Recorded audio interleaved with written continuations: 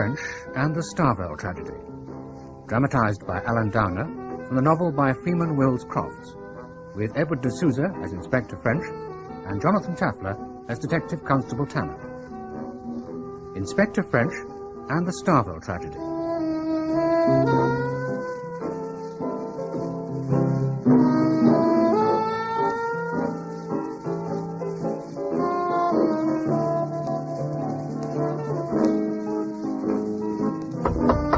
Come in.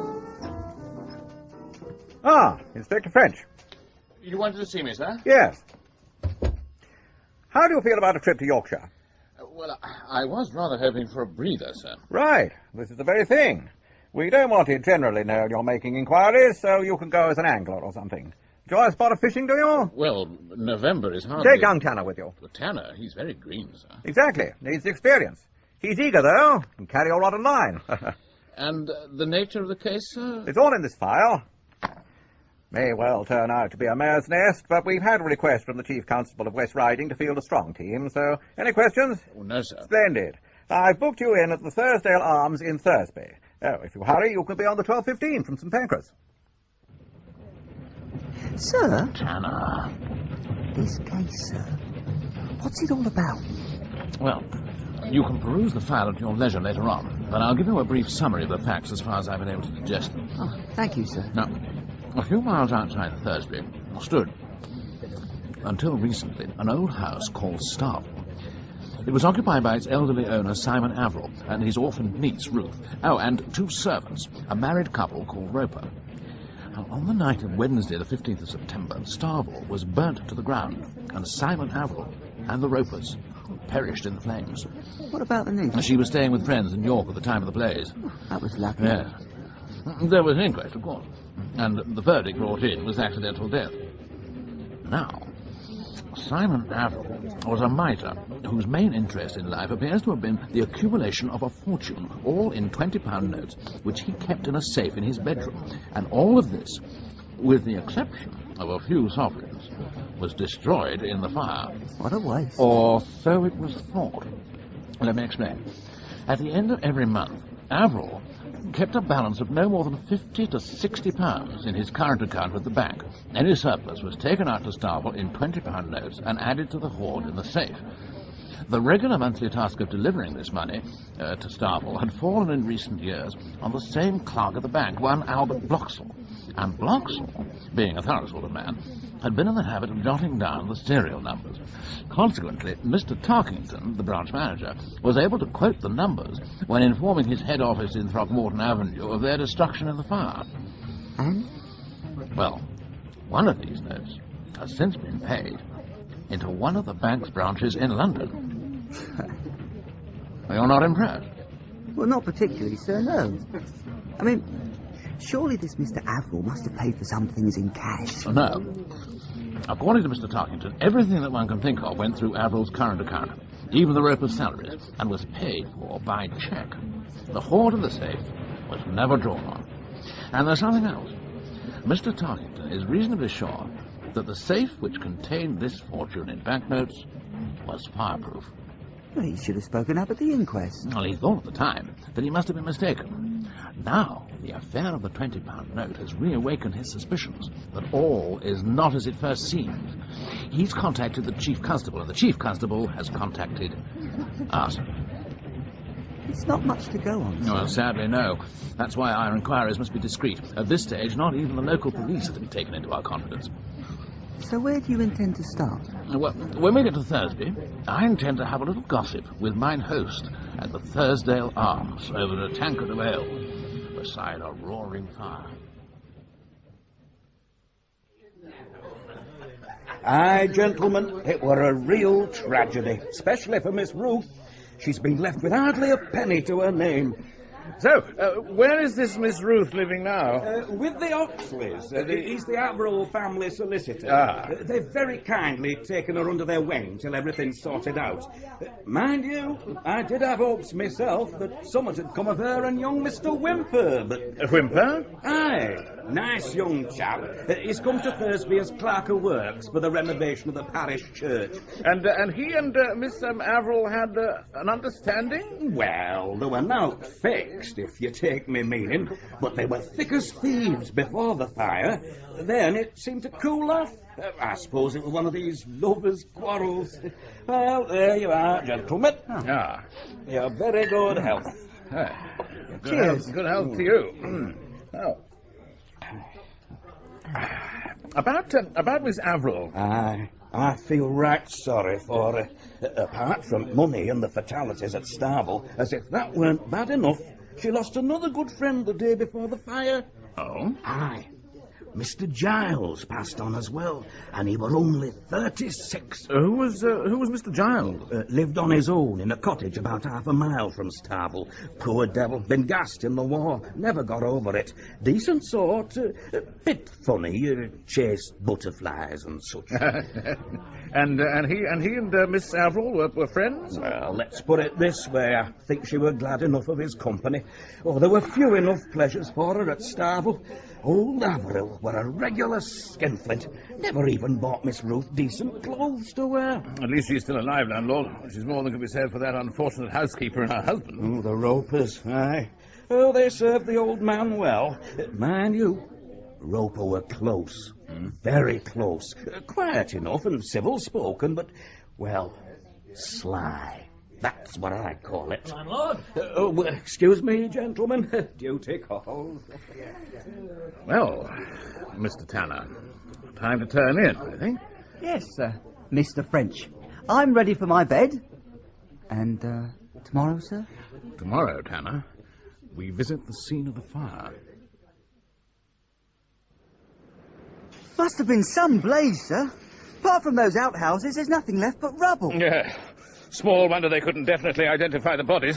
What do you expect to find? Well, specifically, I want to take a close look at the safe.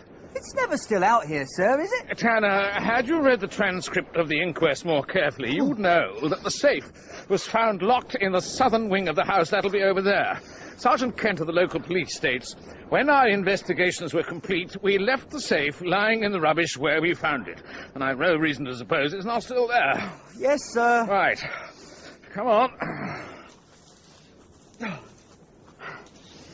If you were to ask me, I'd say it was an accident.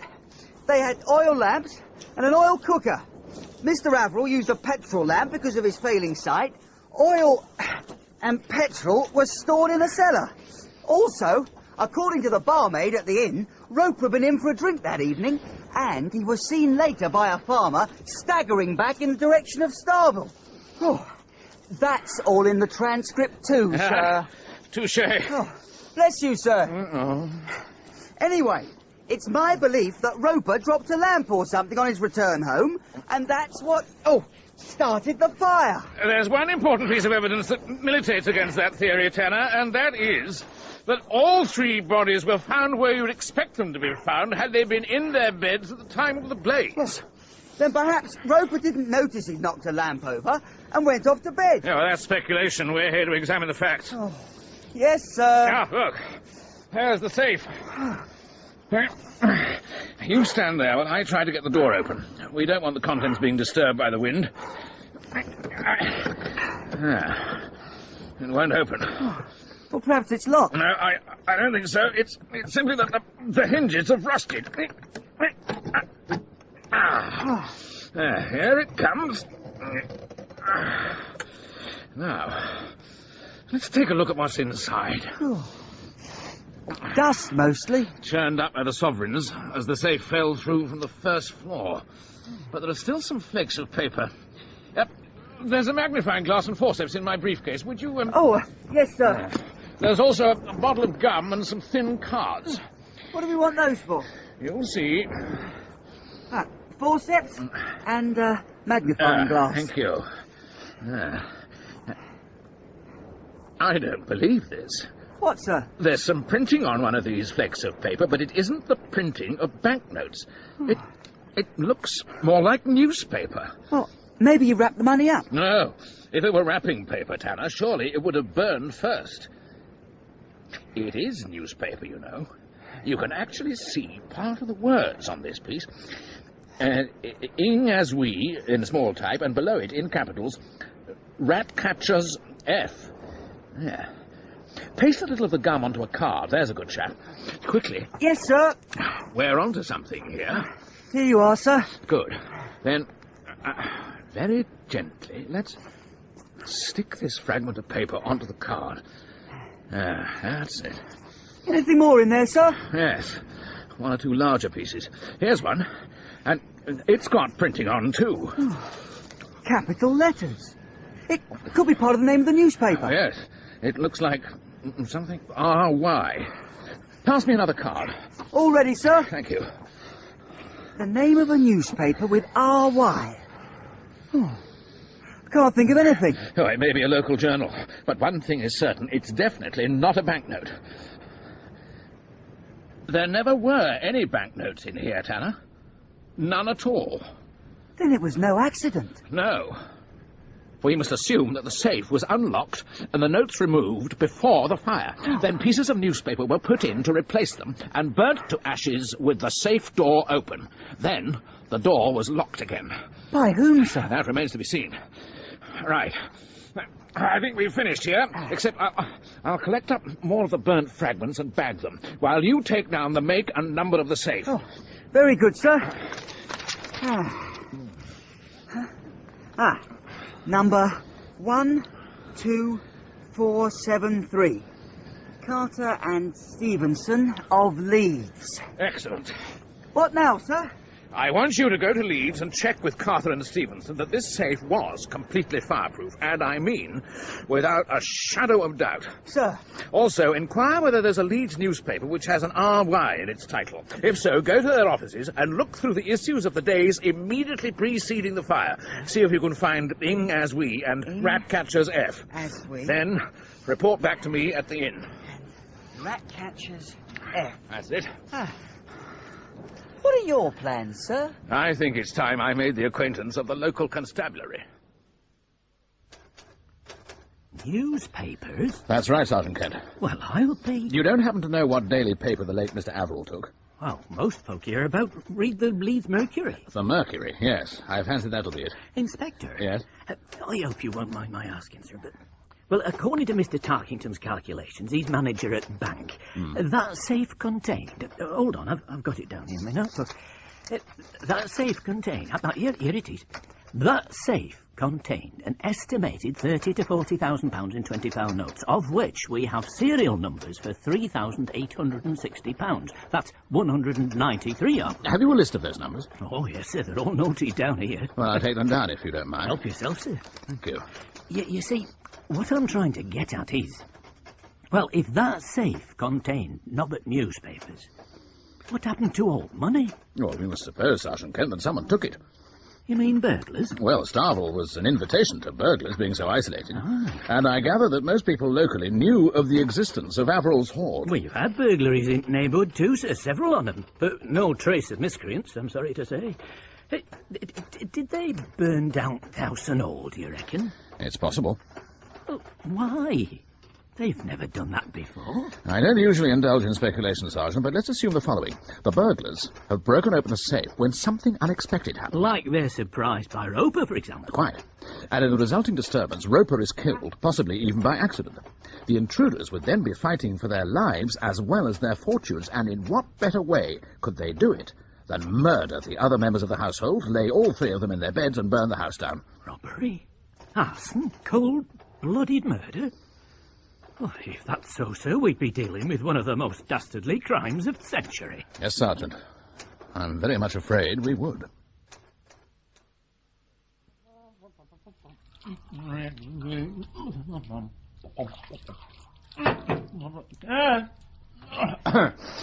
It's me, sir. Good news, sir. Ah. Well? First, sir, as to the fragments of newspaper... Yeah, they were from the Leeds Mercury. Yes, sir. How did you know, sir? One has one's sources. Carry on. Yes, sir. The words Ratcatcher's Fatal Fall appear in the edition of 14th of September. Ah, the day before the fire. Yes, sir. And the safe? Mr. Stevenson of Carter and Stevenson is prepared to stake his reputation on the fact that the safe was completely fireproof, and he'll stand by that in any court of law. Well done. Not a bad day's work, was it, sir? I reckon I've earned my supper. Yes, you could have it on the train. Why? Where am I going? Back to London. Oh. On a very important errand. Oh. You see, there's but one channel now to be explored, and it offers a very poor chance of success. The £20 note. Ah. Earlier on, I spoke to the manager at the headquarters of the Northern Shires Bank in Throgmorton Avenue, and he, having checked with the clerk who received the note, suggested it was probably paid in by the messenger from Thomas Cook's in Regent Street. No certainty, but sporting chance. So, first thing tomorrow morning, I want you to go to that office and see what you can discover. I'm sorry, Mr. Tanner, but I simply don't see how we can help you trace the banknote in question. Oh. In the first place, we don't know the numbers of any of the banknotes which passed through our hands. Oh, I see. What is more, even if we did know, we couldn't possibly tell you who paid that money in, since so much comes in over the counter. And then, we have no idea of the date upon which we received this note. That's if we did receive it. We think you lodged it yesterday week. If we lodged it at all. Perhaps if I could look over your receipts for some time prior to yesterday week, I might find a name and address which would suggest a line of inquiry. Very well. How far back do you wish to go? Little over 5 weeks, from Friday 10th of September to Monday 18th of October. If you insist. Rather a job, eh? That, Mr. Tanner, is your funeral. Please to come this way. How do you take your tea? Oh, with one sugar, please, Mrs. Oxley. Oh. There. Thank you. Ruth, dear, pass Mr. French a biscuit. Oh, yes. Ah, how kind. Mr. French, I don't quite understand why Scotland Yard should show interest in the fire. I mean, since it was an accident. Well, some new evidence has recently come to light, Miss Averill, and it's our job to ensure that all avenues are explored, especially if it would mean that your inheritance is restored to you. I'm not sure how I can help you. Well, perhaps by telling me about yourself, your life at Starvel, how you came to be there. Very well. I was born in Bayonne in southern France. Oh. My parents died when I was very young, and I came to live with my Uncle Simon at Starvel. Were you happy there? Well, You can be honest, my dear. in the early years, yes.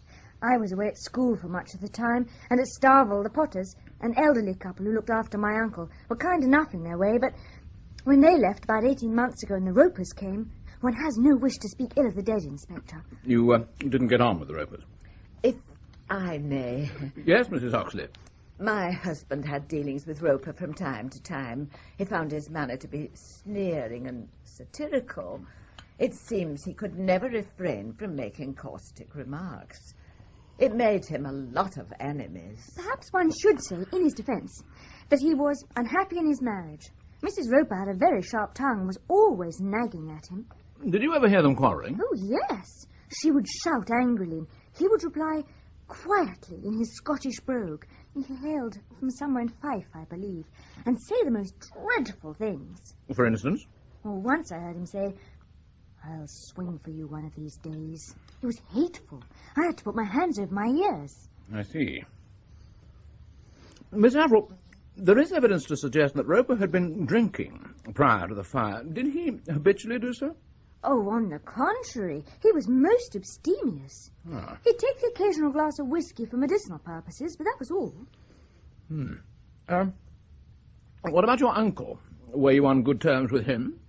My uncle was never approachable, and as he grew older, he became almost a recluse. All he lived for was money. He was an invalid and suffered quite a lot of pain. You didn't see much of him then?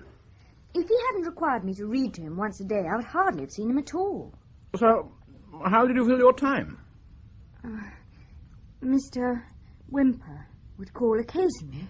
He's a very pleasant young man. He's supervising the restoration work at the parish church.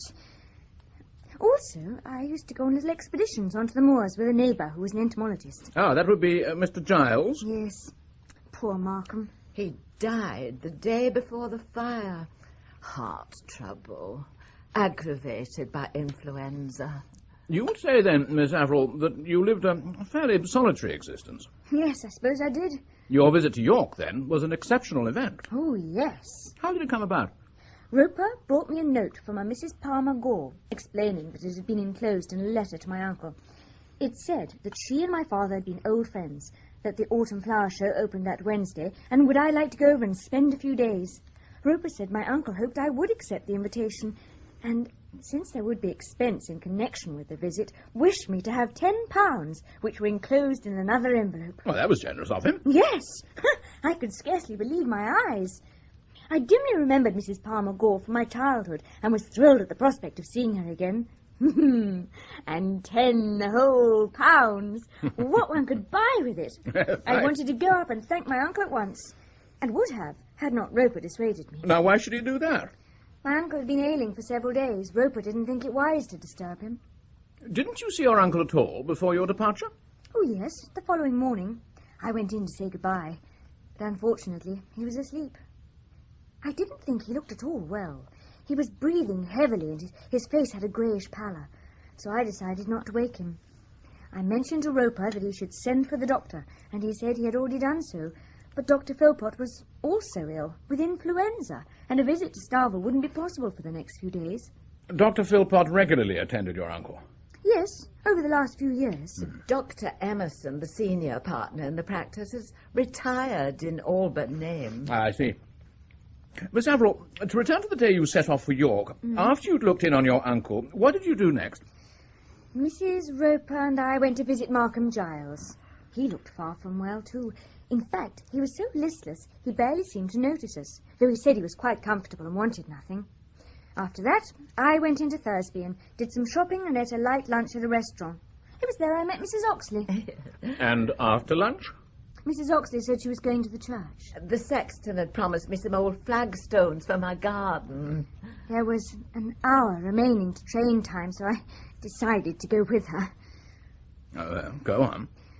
I talked to Mr. Whymper for 10 minutes or so, then, as he had some business at the station, he kindly accompanied me there and saw me onto the train. Mr. French, I cannot imagine what this has to do with the fire. Quite so, Miss Averill. Thank you both.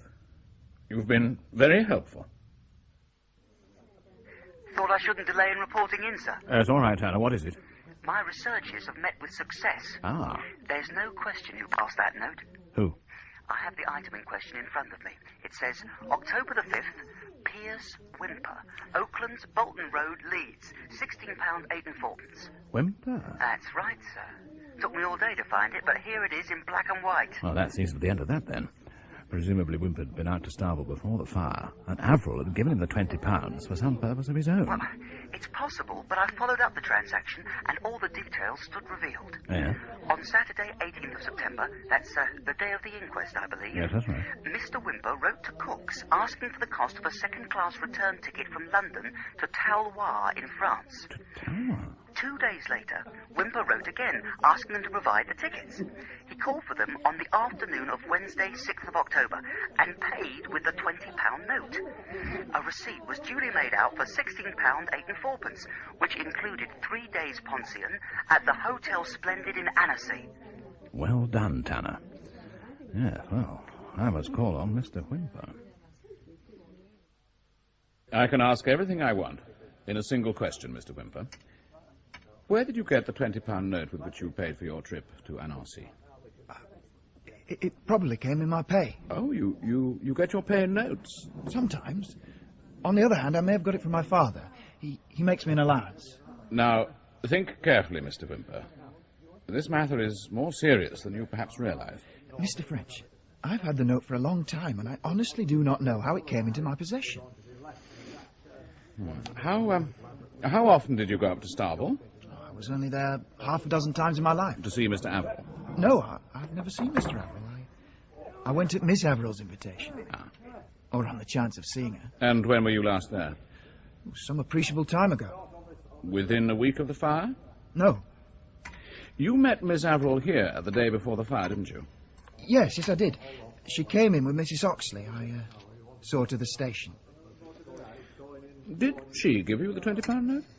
She did nothing of the kind. Mr. Whymper, was Miss Averill the only member of the Starvel household with whom you communicated during the week before the fire? Well? I'm thinking. No, I met Roper, Mr. Averill's valet and general man, here, just outside the church gate on the evening of the fire. We met by chance and merely wished each other good evening. At what hour was that? At about 5:30. I was leaving work for the night. And you assure me that you had no other communication with any member of the Starvel household during the period in question? None. Nor received any message through any third party? No.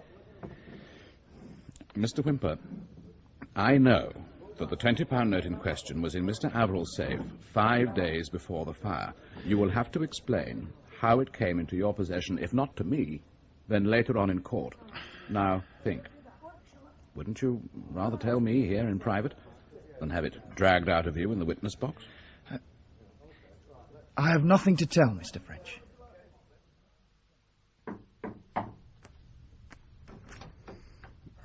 Ah. The innkeeper said I was to be sure to look in on you, sir. No matter how late. Yes, Anna, come on in. Good journey? Tolerable, sir, thank you. I had some light refreshment on the train. Mm-hmm. Do sit down. Oh, thank you. Oh. Did you talk to Mr. Whymper? Yes, but sadly to little effect. Oh. However, a very short while ago, I did pay a brief visit to his lodgings while the occupant was out and discovered in his desk a roll of £20 notes. Crikey. 24 of them. I made a list of the numbers. Perhaps you'll be kind enough to compare them with this list, which I obtained from Sergeant Kent. I think we may find that they're from the safe at Starvel. Gladly, sir. Won't take but a moment. Yes? Sergeant Kent, sir. Ah, come in, Sergeant. I apologise for lateness of hour. Oh, no need. As you see, we're both still hard at work. What can I do for you? There's been a development, sir. Oh? Aye. A week or so ago, postmaster delivered to me a letter addressed to the heirs and assigns of the late Mr. John Roper, since it occurred to him that the same might have a bearing on tragedy. I have it here, sir. As you will see, sir, it's from the Metropolitan Safe Deposit Company Limited, 25B, King William Street, in City. Yes. Well, then. Dear sir or madam, we beg to bring to your notice that the late Mr. John Roper was the holder of a small safe in our strong rooms. We shall be glad to receive your instructions as to the disposal of its contents, yours faithfully, etc. Well, why should a man in Roper's position require the services of a safe deposit company? I wondered same thing, sir. So I wrote to King William Street requesting that they forthwith forward to me the contents of the box. Now, their reply reached me by the afternoon mail, along with this sealed letter, which I now put into your care. And this is all that was in the box? Yes, sir, so it would appear. Then let's see what it says. Sir? Yes, Tanner? 18 of the numbers are on the list. Ah. That seems fairly conclusive. Now then, what's all this?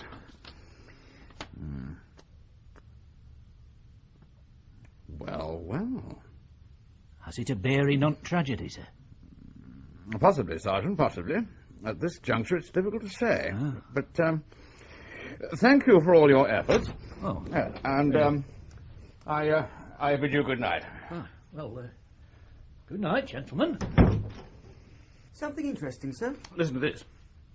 The address at the top is Braeside, Kintilloch, Fife, and it's dated the 15th of May, 1921. That's more than 5 years ago. Now listen.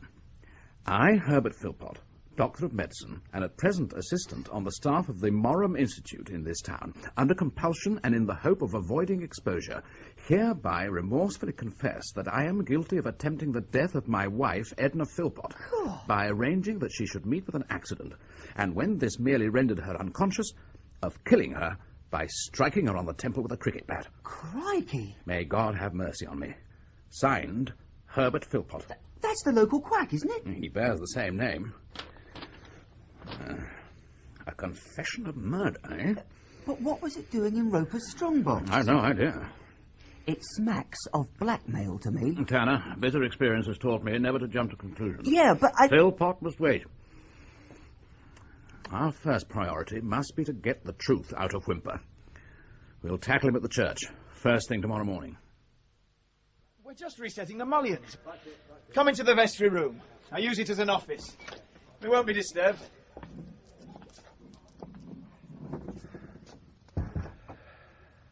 Mr. Whymper, in your desk at your lodgings in Stanhope Road are £480 in £20 notes. You searched my desk? How dare you? I'll complain There is no doubt that these particular notes, along with the one you cashed at Thomas Cook's, were all in the safe at Starvel shortly before the fire. Now, where did you obtain that money? I've nothing to say. Very well. Charge, Mr. Whymper, Tanner. What? Yes, sir. What with, sir? Robbery, arson, murder. What? Yes, sir. Then we'll take him into custody. One moment. Yes, Mr. Whymper? I assure you, Inspector, I didn't steal the money. And as for murder, well... Then how did the money come into your hands? I can see I must tell you the truth. Take this down, Tanner. Yes, sir. As I told you yesterday, Mr. French, as I left the church on the evening of the fire, I saw Roper outside the gate. He came up and he said he had a message for me from Mr. Averill. He said Mr. Averill would have written, but he wasn't very well. The message was that Mr. Averill wanted to see me on very urgent business. He requested that I come out to Starvel that night at about 8 o'clock and be sure not to mention my visit to anyone. Go on. Well, when I got to Starvel, Roper explained that Mr. Averill was feeling too ill to see me. He had, however, written me a note. Roper then handed me a rather bulky envelope. Containing the £20 note? Yes, and a scribbled note from Mr. Averill. I don't recall the exact words. He said he was sorry, but he felt too unwell to undertake what must be a painful interview, and he didn't wish to put the facts in writing. He said Roper was entirely in his confidence and would explain it, and that, well, since I would need money for what he was going to ask me to do, he was enclosing £500, to which he would add a further sum if I found I required it. Have you got that, Tanner? Yes, sir. Just about. Roper then went on to tell me a certain story. I can only say it's quite impossible for me to repeat it. But it involved a visit to France? Yes. I agreed to undertake the mission and took the notes. The house burnt down that night and Mr. Averill died. Nevertheless, I thought it my duty to go to France and did so a few weeks later. Was your mission successful? Unfortunately not. Therefore, the trip cost me only my travelling expenses and I was left with £480 of Mr. Averill's money on my hands. I see. I decided to keep this and go out again to France at a later date and have another try at the business. That is the money which you found in my desk. Well, Mr. Whymper, that could be the truth, but I have to tell you this. No jury on the face of this earth would believe it. You must tell us the exact nature of your mission to France. I'm sorry, I can't. It's not my secret. I wonder if you quite understand your position, Mr. Whymper. It has been established that some person or persons went to Starvel on the evening we're speaking of, murdered Mr. Averill, Roper and his wife, stole Mr. Averill's fortune, and then set fire to the house. So far as we know, you alone visited the house that night. You admit having done so. Furthermore, some of the stolen money has been found in your possession, and yet, when I give you the chance to account for your actions, you won't take it. Do you not understand, Mr. Whymper, that if you persist in this foolish attitude, you will be charged with murder? So why didn't you? Arrest him for murder. Tanner, I have the distinct feeling he's innocent. And if he isn't? Well, the way I see it is this. If this secret, whatever it is, was something discreditable affecting Miss Averill, wouldn't that account for Whymper's refusal to reveal it? Could be. On the other hand, he could be hiding information about the crime. He could be shielding the murderer. He could even have come along after the crime and, finding proof of the murderer's identity, have set fire to the house with the object of destroying the evidence. Speculation, all of it. Oh. But even if any of this were true, it would be a serious blunder to arrest him. That would merely prevent him from doing something by which he would give himself away. For example, attempting to communicate with an accomplice. You, want him watched, sir? Closely. Very good, sir. But Sergeant Kent can do that. Well, what about me, sir? You, Tanner, will be going to France. Eh? To Talois, following in Whymper's footsteps. Doesn't the prospect please you, Tanner? Foreign travel broadens the mind. Well, it's not so much my mind that bothers me, sir. It's my stomach. What's more, I don't speak the lingo. Regard it as a challenge. I'll do my best, sir. Where will you be? Checking into Dr. Philpot's background. Then, it's back to Scotland Yard to report to Chief Inspector Mitchell. Sit down, French. Thank you, sir. Well, are you making any progress? Not a great deal, sir, I'm afraid. However, we are pursuing 2 lines of inquiry. And they are? Well, I've spoken to you briefly about Pierce Whymper. Yeah. But there's also this. A confession in which Dr. Herbert Philpot admits murdering his wife, Edna Philpot. Does he indeed? It was found in the safe deposit box of Simon Averill's servant, Roper. Now, I've established from the medical directory that Herbert Philpot is the same man who treated Averill. I see. Now, the directory shows that between 1913 and September 1921, when he set up practice for himself in Thursby, Philpot was working as junior assistant at the Morum Mental Institution at Kintilloch, Scotland. The date on this is 15th of May 1921. Yes, that was 4 months before Philpot left for Thursby. Go on. At the offices of the Scotsman in Fleet Street, I searched the files for news of a fatal accident to a Mrs. Edna Philpot at Kintilloch. And? I found it sooner than I expected. On the 17th of May, 2 days after the date on that confession, there was this short paragraph. Tragic death of a doctor's wife. As you see, it recounts how the deceased lady in some way tripped while descending the stairs at her home. She and her husband were alone in the house at the time. He heard her fall and rushed to her aid. But despite all his efforts, she passed away in a few minutes. The death certificate reads death from concussion resulting from a fall. Were the local police satisfied? Apparently not. But having gone into the matter more fully than would otherwise have been the case, and having discovered no suspicious circumstances, they dropped their inquiries. So, why the confession, and how did he come to be in Roper's strongbox? I'm coming to that, sir. According to Sergeant MacGregor at Kintilloch, I've spoken to him at length on the telephone, Roper was for 6 years an attendant at the Morum Institute working directly under Dr. Philpot. Also, again, according to Sergeant MacGregor, Roper was courting a certain Flora Macfarlane at that time and married her soon after. And Flora Macfarlane was the Philpot's maid. Further, it's interesting to note that though this young lady claims to have been out of the house at the time of the accident, she did return unexpectedly, minutes later, and heard Dr. Philpot telephoning for help. But if, in fact, she had actually witnessed the crime... You're suggesting that Roper used his fiancée's knowledge to blackmail Philpot. That's the way it looks. It would certainly account for the confession being in Roper's strongbox. It might even account for the Roper's arrival in Thursby 18 months ago. Do we know why Roper left Kintilloch? Yes. He was found to have given troublesome patients unauthorized drugs to keep them quiet. On the first occasion, he was let off with a caution. On the second, he was instantly dismissed. Whereupon he went to work for Averill. Yes, rather to everyone's surprise. He let it be generally known in Kintilloch that he intended to start a new life in Brazil. He'd even obtained a passport and a Brazilian visa. Something must have happened to make him change his mind. Returning to Philpot, have we any evidence at all to associate him with the crime at Starvel? None, sir. In fact, all the evidence suggests he was in bed with influenza at the time. His associate, Dr. Emerson, states he had a temperature of 102. And your other line of inquiry, this Whymper business? Isn't bearing much fruit either, I regret to say.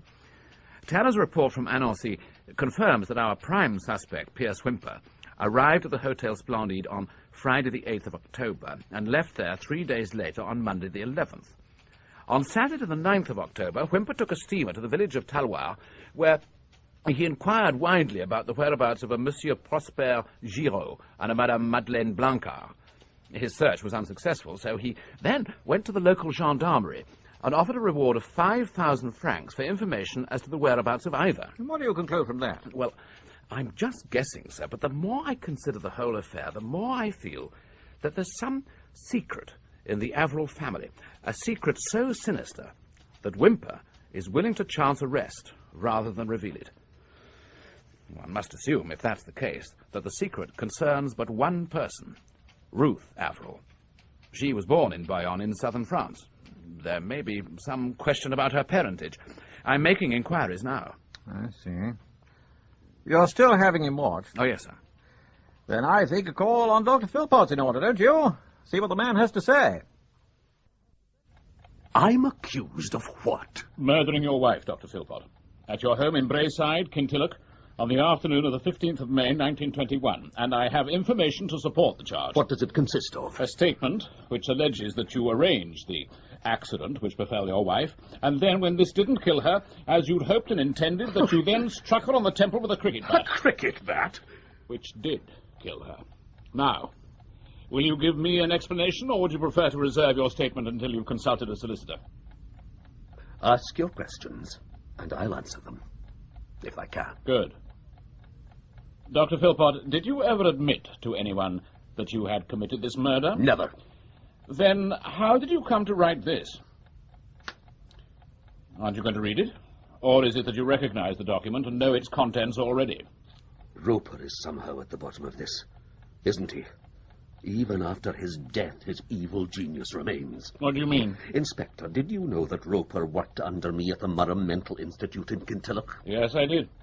Well, one day I found Roper with his arms round one of the nurses, and I said I would report him.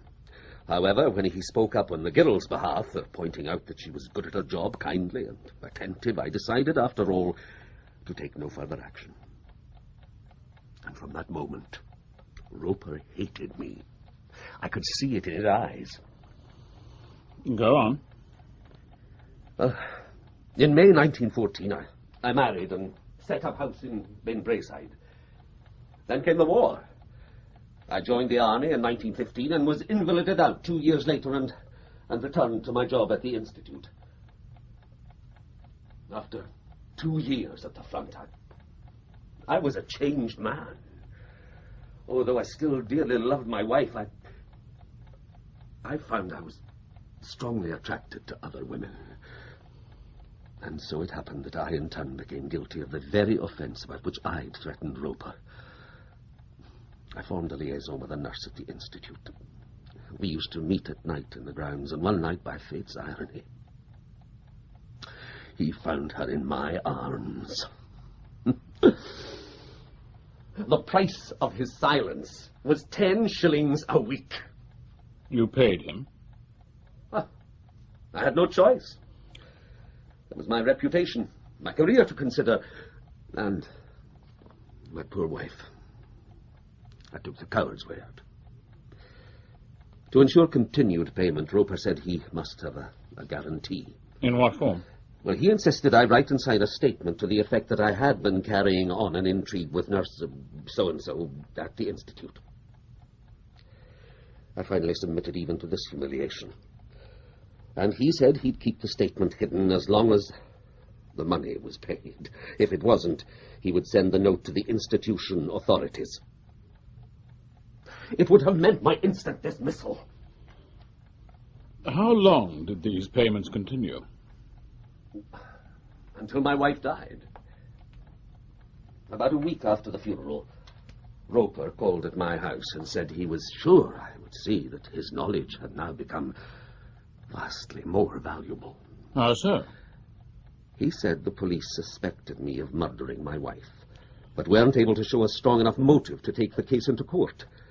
But if he were to come forward and relate the incident with the nurse... I see. So I asked him his price. It was £2 a week. I agreed to pay it. However, I flatly refused to write him a confession of the crime which he said he required as a guarantee. I refused to avow a crime of which I was not guilty and dared him to do his worst. Whereupon... Yes? He took 2 photographs out of his pocket. One was an extraordinarily clear copy of my confession of the intrigue with the nurse, the other a copy of that document you brought, which he brazenly admitted he'd forged. You mean to say this is a forgery? Examine it closely and you'll see. Compare it with other samples of my handwriting. This. Or this. Huh? Let your experts examine it. Oh, there's a superficial resemblance, yes, but that's all. Inspector French, you have my word that I did not write that letter. Say you believe me. Please. Yes. Doctor, I rather think I do. Thank God. You left Kintilloch soon afterwards, Dr. Philpot. Yes. Life there had become intensely painful to me. I resigned and set up my plate here in Thursby. But every week I sent 2 treasury notes to Roper. What brought Roper and his wife to Thursby? Well, the elderly couple who had been looking after Mr. Averill retired. He advertised for a married couple to take their place. That was about 18 months ago. I received a letter from Roper saying that he had seen the advertisement and wished to apply. He asked me to put in a good word for him with Mr. Averill. Well, surely he refused. No. But Roper also said that if he got the job, he would cease his demand for the £2 a week and send me the note he had forged. I see. Mr. Averill was my patient by this time, and I mentioned Roper to him. I felt I could do so with a clear conscience, for, well, with all his faults, Roper was an excellent attendant. Also, his wife Flora was a hard worker, and I believed they would suit Mr. Averill well. However, I did warn Mr. Averill that Roper had been sacked from the Murrum and gave him the reason why. And that didn't put him off? Oh, no. He thought, for that very reason, he could get them cheaper. Ah, I see. They were engaged the following week. And was Roper as good as his word? Yes, sir. So it seemed. He handed me the forged note, and he watched me put it in the fire. But it seems he kept a copy. But the blackmail stopped? Yes. From then to the day of his death, he was civil when we met, and no unpleasant subjects were touched on. That, Inspector, is the whole truth of this unhappy affair.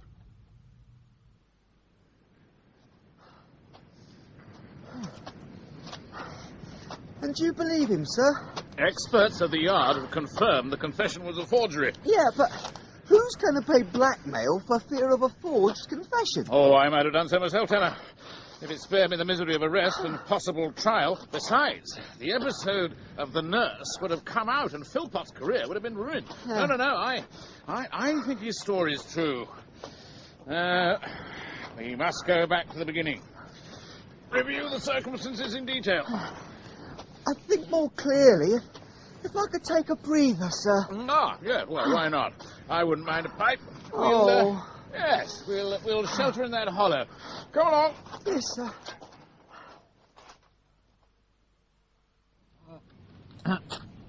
To my mind, Tanner, all roads lead to Roper, who, from every point of view, seems to have been a thorough-paced blackguard. But, you all right? Yes, sir. A clever rascal, too. Look how he wormed his way into Averill's confidence. It's almost incredible that Averill should have entrusted a man like Roper with a secret which Whymper would risk a murder charge rather than reveal. Perhaps he didn't, sir. Well, I mean, Roper forged Philpot's writing well enough. Why shouldn't he have forged... Forged Averill's, too. Right. Tanner. Right. Well done. Let's pursue that thought. Whymper never saw Averill. He saw Roper, and only Roper. It was Roper who told him Averill wished to see him at Starvel the evening of the fire. Secretly. No one was to know of the visit. And at the house, it was Roper who handed him a note purporting to be from Averill, stating that Roper would appraise him of the details of the mission to Talbot. Yes. By heaven. It's possible that Roper forged that letter, too. But it wouldn't have been difficult. Whymper wouldn't have been familiar with Averill's handwriting. So, Roper could have engineered the whole thing. But why should Roper send Whymper to France? I don't know. Well, possibly as a means of establishing whether the numbers of the banknotes were known, whether it was safe to pass them.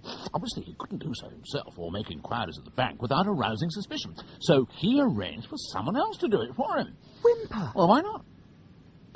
He knew how Whymper felt about Ruth and had some acquaintance with the Averill family affairs. Whymper's rather an unworldly young man, you know. Roper could easily have invented some story to make him his dupe. And the £500? Well, if Roper is our man, one cannot avoid the assumption that he had stolen it from Averill's safe. Sir, the old man was in bed in the same room. Ah, well, Roper could already have murdered him. Crikey. Or drugged him. I mean, Roper was dismissed from the Morum for drugging patients. He could have given Averill the same treatment. If you don't mind my saying, sir, it's all speculation. Yes, I'm afraid it is. And there's a major snag. What's that, sir? If Roper took the banknotes from the safe, then it was presumably Roper who replaced them with newspapers and set fire to them, signifying his intention to cover his tracks by later setting fire to the house.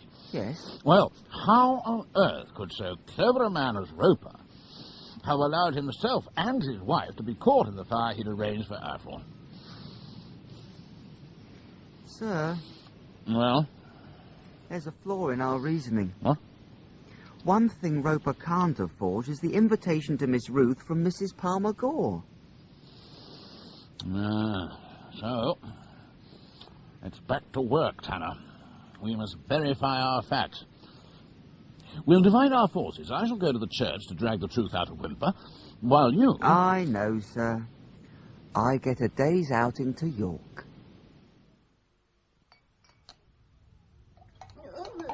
Sure you won't have one, Mr. Tanner. Not on duty, madam. Mrs. Palmer-Gore? Mrs. Palmer-Gore, would you tell me just why you invited Ruth Averill here to your home some 8 weeks ago? Well, Mr. Tanner, I could scarcely have done anything else. Oh. Mr. Averill's note was phrased in such a way it would have been churlish to refuse. Oh. Mr. Averill wrote you a note? Yes. But he wrote to say he had no wish to presume on an old friendship. But would I invite Ruth over for a day or two? In fact, she'd benefit from a few days of cheerful society. I agreed, of course. Mrs. Palmer-Gore, your friendship with Averill, would you describe it as close? By no means. We'd known each other as children. Though I was always closer to his brother, Theodore, who more of an age. So you were surprised when Simon Averill wrote asking you to put his niece up? I was amazed. His letter was totally unexpected. Mrs. Palmer-Gore, have you by any chance kept that letter? Yeah, I'm afraid not. I always destroy answered letters. But you recognised Mr. Averill's handwriting? Well, we only exchanged Christmas cards, Mr. Tanner. Yes. I thought I did. Why'd you ask? You never suspected the letter might be a forgery? No, never. However, it would explain a great deal. I confess, I can hardly imagine Simon writing such a note. He was a proud man. Would have been totally out of character. I won't waste any time, Mr. Whymper. Let me take you back to the evening of the fire. You'd gone to Starvel at Roper's request, and when you got there, he handed you a note, ostensibly from Mr. Averill. Yes. Suppose I were to suggest that Roper forged that note, and that Mr. Averill knew nothing whatever about it. And the story Roper told me. The reason I went to France. Pure invention. I'd like to believe you, Inspector. All right, Mr. Whymper, tell me this. If Roper's story, whatever it was true, wouldn't you have met someone in the village of Talois who'd heard of Monsieur Giraud and Madame Madeleine Blancard? How do you know about them? I never mentioned them. You did to the police at Talois. You even offered a reward of 5,000 francs for information concerning their whereabouts. You're suggesting they don't exist? I am. I believe them to be a figment of Roper's imagination, but I need proof. I must hear the whole of your story, and if you won't speak, I shall have to get the information from Miss Averill, for I'm sure the business concerns her. In the strictest confidence, then? I give you my word. Very well. The information Roper gave me was about Miss Averill. He was very plausible. Oh, I'm sure. He began by asking me, with apologies, whether Mr. Averill was correct in believing that I loved and wished to marry Miss Averill. I said I did. Roper then told me the following story. He said that Mr. Averill had a brother, Theodore, who had been, as a young man, successful in business as the French representative of a large firm. He had married a French lady, and they had had one child, a daughter, Ruth. Yes. Yes, go on.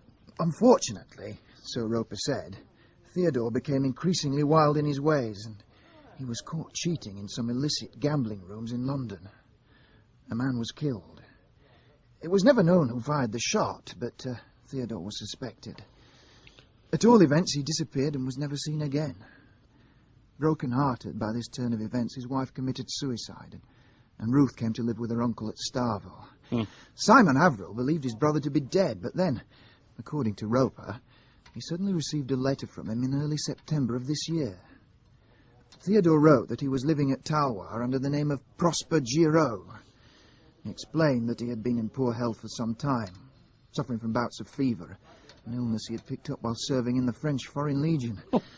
And that in this delirium he had said something in the presence of his housekeeper, Madeleine Blancard. which gave his secret away. And she demanded money to keep silent? Yes. Whereupon Theodore wrote to Simon begging for money, pointing out that if he didn't oblige, then he, Theodore, would be brought to England, tried and possibly executed, and Simon and Ruth would have to bear the shame. I believed him, Mr. French. No discredit to you, Mr. Whymper. It seems Roper had a way with words. My mission at Talwar was, of course, to buy off Madame Blancard. And when I could find no trace of either her or Giraud, I was pretty bothered for Ruth's sake. I expected every day to read of Theodore's arrest and could do nothing to prevent it. If, as you say, you were in love with the young lady and anxious to protect her from trouble with this Madame Blancard, wouldn't the most natural thing have been to propose to her? I only wish I had, but I was upset by this whole affair, and it made me awkward and self-conscious with her, whereupon she grew cold and distant with me. And then when you came, threatening to arrest me, well... I see no need to arrest you, Mr. Whymper.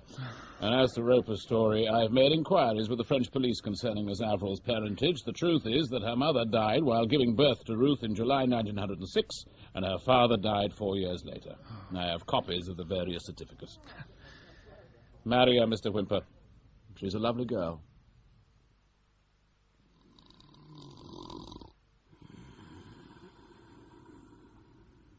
Tanner. Are you awake? Yeah, I am now. It's me, French. I need to talk to you. Oh, I haven't got to go anywhere, have I? No, it's nothing like that. No, I couldn't sleep. Oh. I've been thinking about the case. Tanner, just suppose, that Roper isn't dead. Sir, we've been through all this before. His body was found in the ruins, along with 2 others. 3 bodies were found, Tanner, yes, but all unrecognisable.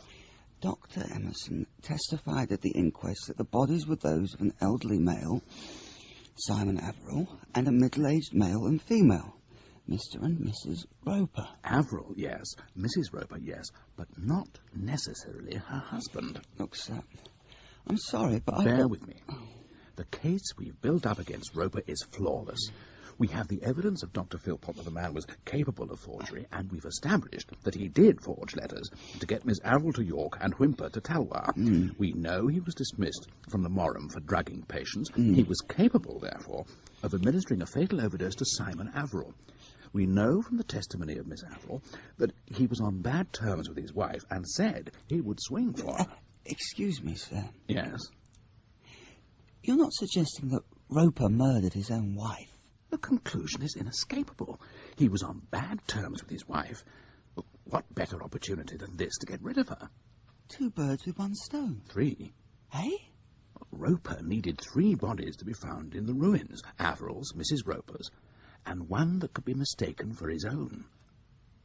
So who was victim number 3? I don't know yet for certain, but I think it was Markham Giles.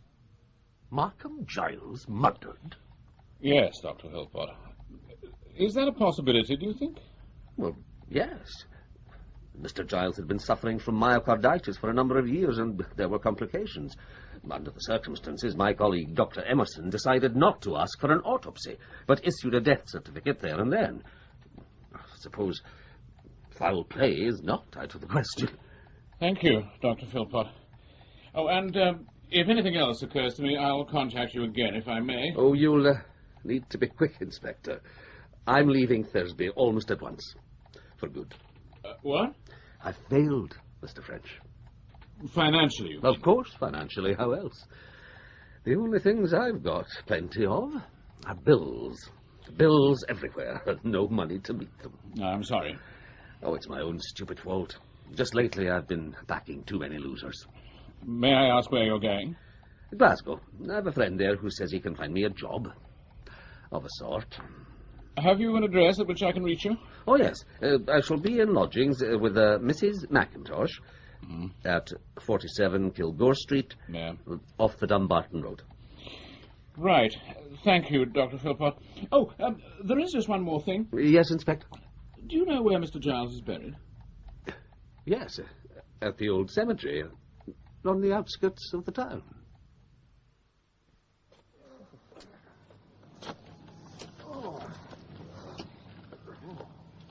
Exhumation's a serious business, French. I realize that, sir. I see no other course. And if you open up this coffin, what do you expect to find? Money. Hmm? To be specific, sir, a fortune in £20 notes. A penny for them, sir. Hmm? Oh, nothing, Tanner, just a moment of doubt. Ah, they're down to the coffin. Yes. Steady she goes. What if we're wrong, sir? What if Giles's body is in there? It won't be. We'll look proper idiots if it is. In front of the magistrate and the Home Office doctor and everything. Stop worrying, Tanner. Oh. I've never seen a dead body before, sir. And you won't now. Right. Pass us ropes down, Percy. Aye. There we go. Nearly there now, Inspector. Yes. It was sad about Mr. Giles. Of course, he knew he was dying. Oh? Aye. He even left £12 with ropers for funeral costs. With the ropers? Oh, well, we're his nearest neighbours. Drat. What is it now, Tanner? I've got some of this mud on my shoes. Oh, and it's come off on my trousers. It'll brush off when it dries. It's bright yellow. Oh, you get it round here about 3 to 4 feet down. Take strain now, Percy. And up. Oh, my. Sergeant, are you saying that the ropers made the funeral arrangements? Well, he did. Mr. Giles died late on Tuesday. Roper called on to undertaker on Wednesday morning. The morning of the fire? Aye, and he gave instructions that the coffin should be taken out to cottage that same afternoon. And the funeral took place on the Friday? 2:30. No flowers by request. Who's got the screwdriver? Oh, excuse me, sir. I'd best assist with screws. Oh, yes, of course. Now then, fellas. Did you hear that, Tanner? Sorry, sir? Oh, never mind about your trousers. The ropers had ample chance that Wednesday to take Giles out of his coffin and put the money in his place. Inspector French. Coming, Sergeant. Right, lads. Lift lid. I'm not looking. Well, I'll be... Good grief. Coffin's full of muck.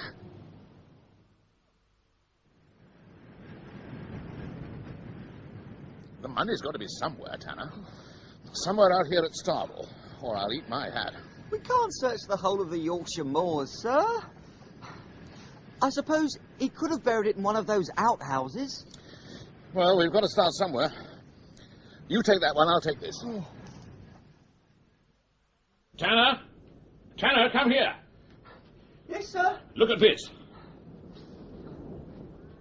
It's a handcart, sir. It's not the cart I want you to look at, it's this. A small piece of yellow clay? Yes, and stuck to the rim of the left wheel. And there's another piece here, look, adhering to the base of the left leg. Now, what do you deduce from that? That the cart was wheeled over a place where there was yellow clay. And also set down there.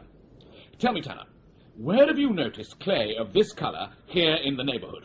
On my trousers, sir, last night at the cemetery. Yes, and where is it found? At a depth of 3 to 4 feet, Tanner. That's not surface soil. It follows, therefore, that this cart was wheeled across and set down at a spot where the ground had been dug up to a depth of at least 3 to 4 feet. Agreed? Yes, sir. Now then, put yourself in Roper's shoes. Time and secrecy are of the essence. You have to collect Giles's body from the cottage and bring it over here to Starvel. You also have to dispose of the money you've removed from Averill's safe. You have this handcart. Now what do you do? Well, If it was me, sir, I'd load the money onto the handcart and wheel it off towards Giles's cottage. Yes. And I wouldn't go any further than I had to because of the heaviness of the load. Right. Then I'd select a spot not too far off the path, sir, so my booty wouldn't be too difficult to find, nor yet too close in case someone else should come across the spot where I've been digging. Very good. And I'd dispose of my ill-gotten gains about 6 feet down. I'd then proceed to the cottage, collect Mr. Giles's body, load it onto the handcart, and trundle it back here to Starvel. Exactly. So now we know roughly where to look. Come on, and bring that spade.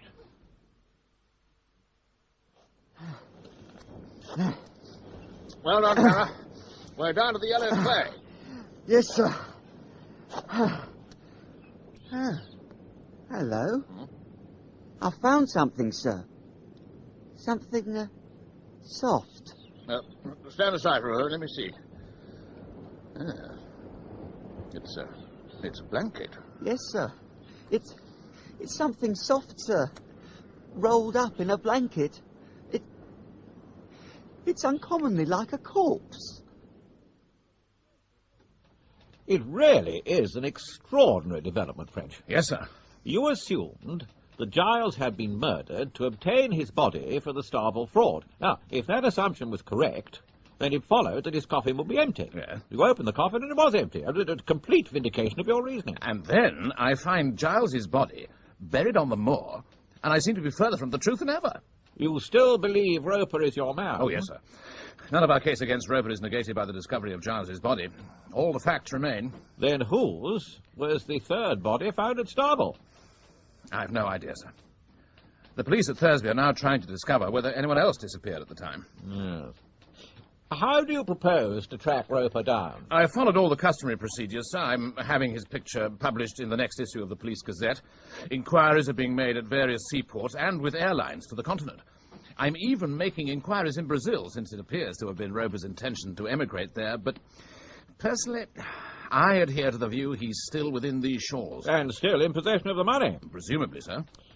I take it he hasn't attempted to pass any more of the notes? Not as far as we know, sir. Afraid to take the risk. I wonder if we couldn't set his mind at ease. How, sir? Well, there'll be an inquest on Giles, won't there? And the post-mortem. Yes. Well, now, suppose at the inquest you were to be very frank in your testimony. Suppose you were to state that only the numbers of, say, the last 20 20s were known. Mightn't that do the trick? You think Roper would get to hear of it and feel safe in changing the others? Well, it's worth a try.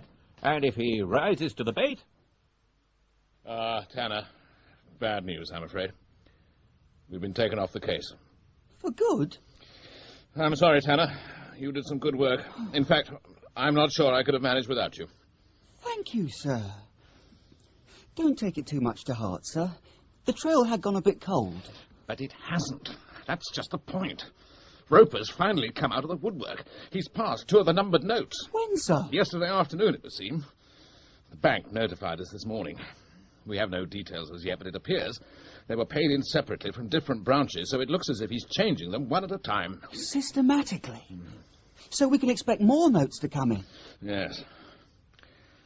Everything I've worked towards is finally coming to fruition, and the case has been given to Inspector Willis. Oh, what about us, sir? Oh, we've been given something else to do.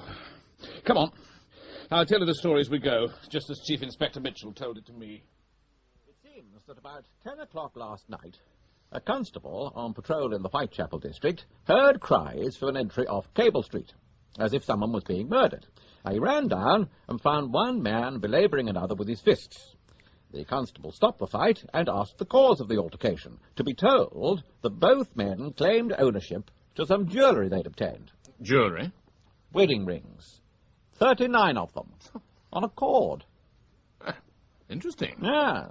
So the 2 men were marched to divisional headquarters and asked how the rings had come into their possession. Their answer was more interesting still. It appeared that the 2 men were Captain James Gray, skipper of a Thames lighter, and William Fuller, his crew. Now, Gray stated that at about 8:30 that same evening, they'd been running down to their moorings for the night. Yeah.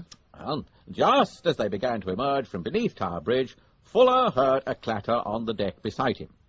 Looking down, he saw some bright objects rolling about on the planks. He picked one up and was astonished to find it was a wedding ring. Good gracious. When they reached their moorings, Fuller and Gray took a proper look with lanterns and recovered the 39 and the broken cord.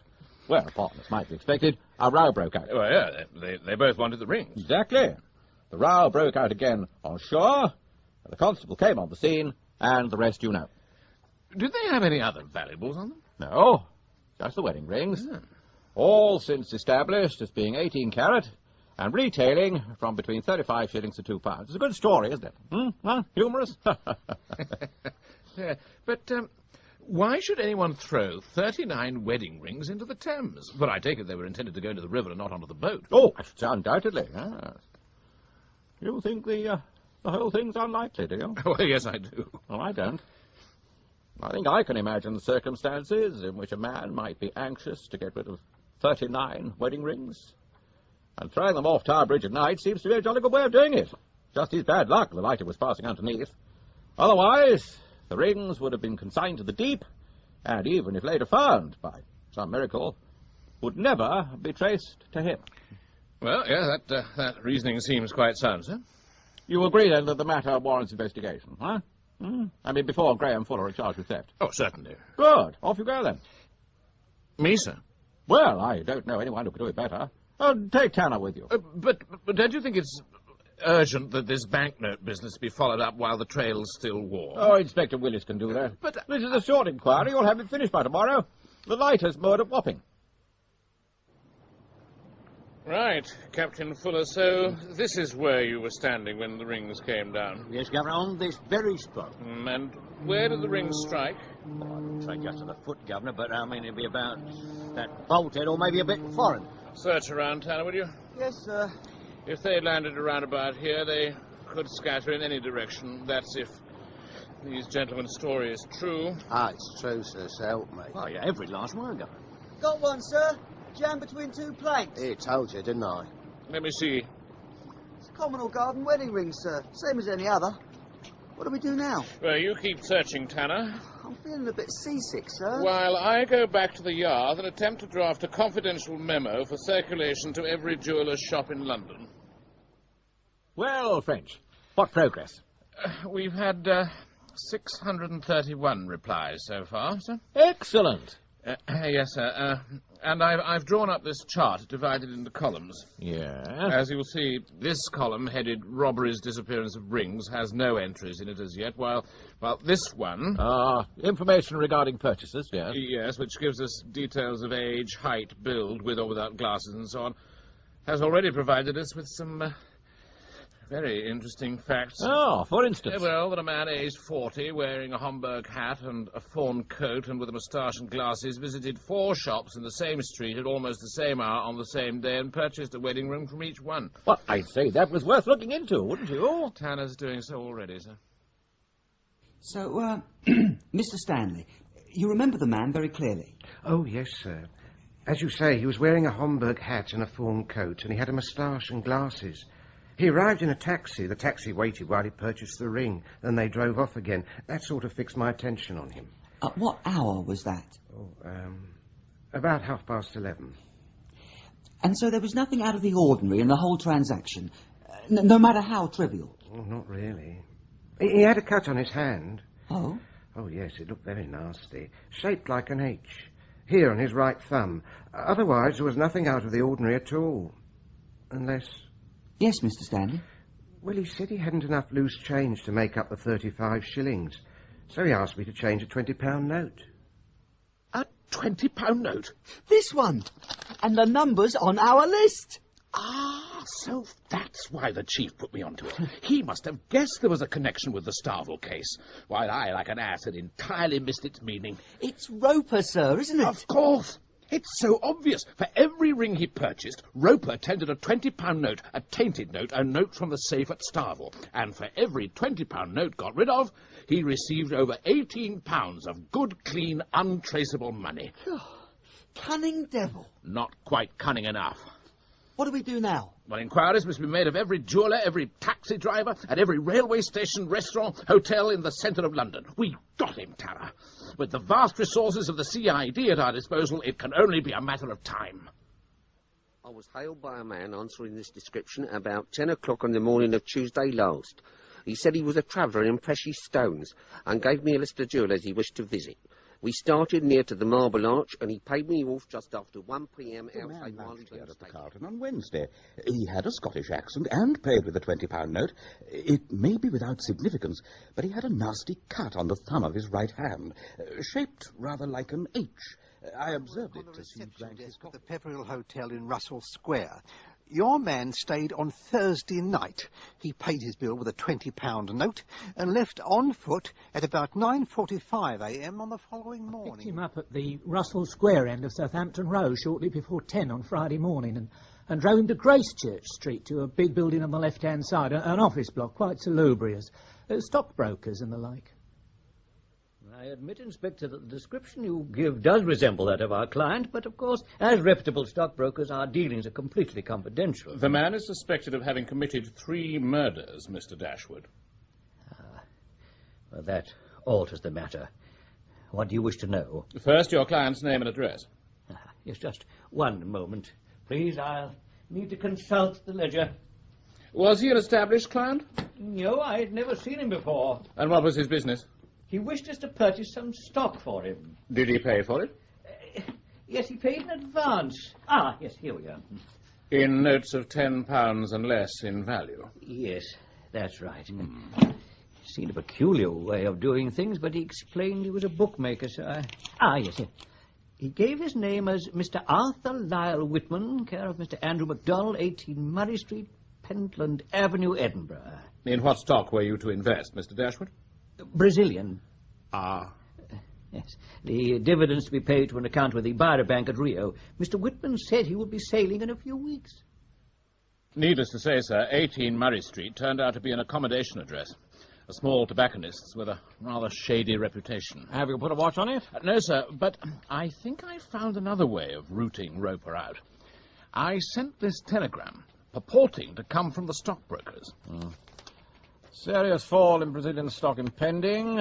Would suggest an interview. Bunce travels to Aberdeen by 10 a.m. from King's Cross Tuesday.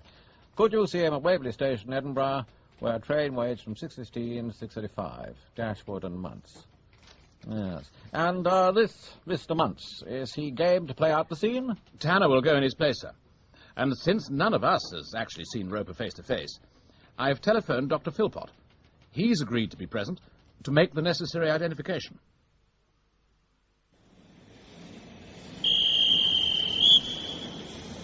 The train's about to leave, Inspector. Yes. He's not coming, is he?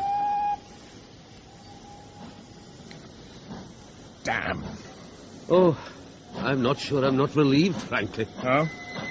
Knowing Roper, he'd have been bound to make trouble for me if I'd assisted in his capture. Sorry, sir. Looks like he was too good for us this time. There'll be another time, Tanner, never fear. Dr. Philpot, I apologize for bringing you out here on a wild goose chase. Not at all. Well, perhaps you'd join us in a parting drink.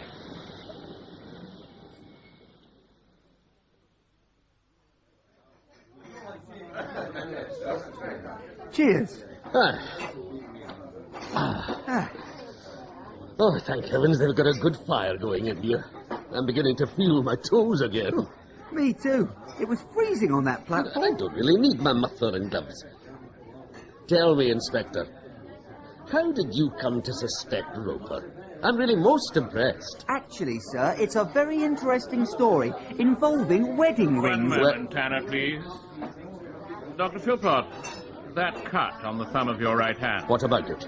A similar cut was seen on the hand of a man wearing glasses and a moustache, who purchased wedding rings all over London and paid for each one with a £20 note. I would advise you not to move, either of you. He's got a hand grenade! From which, as you can see, I have removed the pin. It's fitted with the customary 4-second fuse, so if I release the clip, 1, 2, 3, 4, and everybody in here dies. Down behind the tables, everybody, please. But nobody leaves. No panic. Just take what cover you can. What now, Dr. Philpot? You think you're clever, don't you? Yet you were wrong all the time. Roper didn't have the brain to plan a crime on the scale of Starvel, or the courage to carry it out. But you did. Oh, yes. It was I who got the Ropers to Starvel as soon as I heard of Simon Averill's hoard. The whole plan was already in my mind. To murder all 3 of them? Of course. Roper and his wife had witnessed the unfortunate demise of my poor wife. They had to die, or there'd be the risk of further blackmail. You offered Roper a share of the spoils to be divided between the 2 of them. But Roper, having realized he had made a mistake in his marriage, saw the opportunity of getting rid of his wife at the same time as Simon Averill. The same accident accounting for both deaths. Yes. He never for a moment suspected that he was to meet the same fate, but cooperated cheerfully every step of the way. We throttled Averill and Mrs. Roper and laid them in their beds. Then we packed the contents of the safe in 2 dispatch cases, one for Roper and one for me. Burned newspapers in the safe, locked it, and replaced the key under Averill's pillow. Then we poured petrol over the house, ready to be set alight at the proper moment. And Markham Giles? Oh, that was the next step. Of course, Roper had already disposed of the poor chap with an overdose of cocaine injected into the heart, believing that Giles's remains were later to be found in the ruins of Starvel and mistaken for his own. You took the handcart from the outhouse, wheeled it over to Giles's cottage, removed the body from the coffin, replaced it with an equivalent weight of soil, wheeled the body back to Starvel and laid it in Roper's bed. Exactly so, Inspector. At which point, Roper's usefulness was at an end. I had secreted a large knife in my pocket. He died in seconds.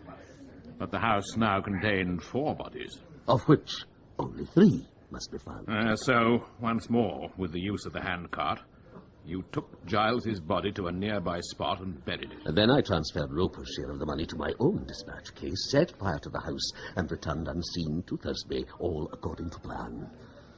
Brilliantly conceived. Perfectly executed.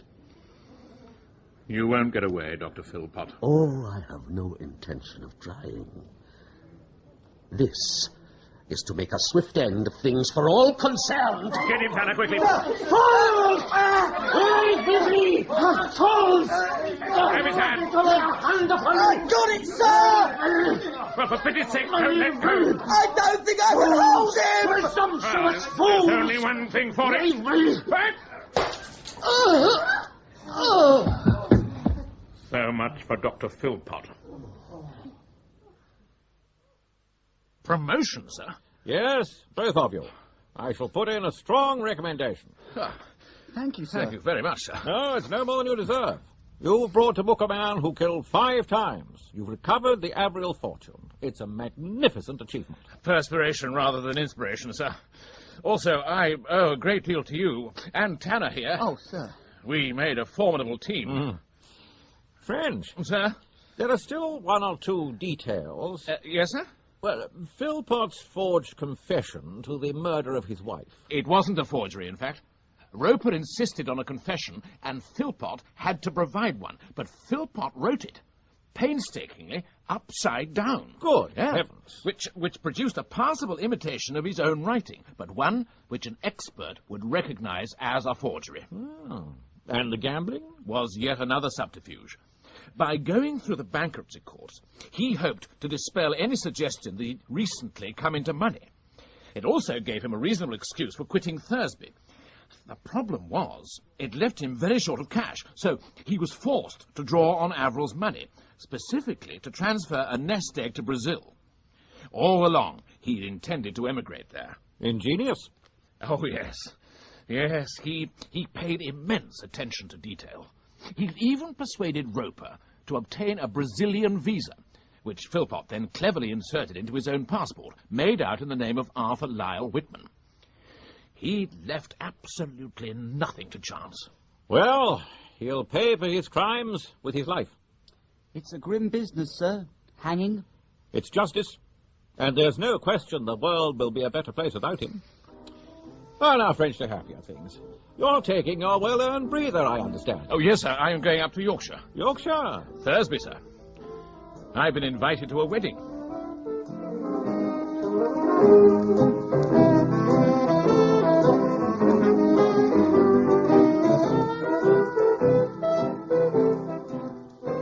That was Inspector French and the Starvel Tragedy, dramatised by Alan Downer from the novel by Freeman Wills Crofts, with Edward de Souza as Inspector French and Jonathan Tafler as Detective Constable Tanner. Chief Inspector Mitchell was played by Reginald Marsh, Sergeant Kent by Alan Downer, Pierce Whymper by Gary Cady, Dr. Philpot by Michael Deacon, Ruth Averill by Zelah Clarke, Mrs. Oxley by Joan Matheson, and Mrs. Palmer-Gore by Diana Olsson. John Baddeley played Dashwood, Alan Dudley, the manager at Thomas Cook's, William Simons, Mr. Stanley, and Michael Tudor Barnes, the landlord of the inn. Inspector French and the Starvel Tragedy was directed by David Johnston.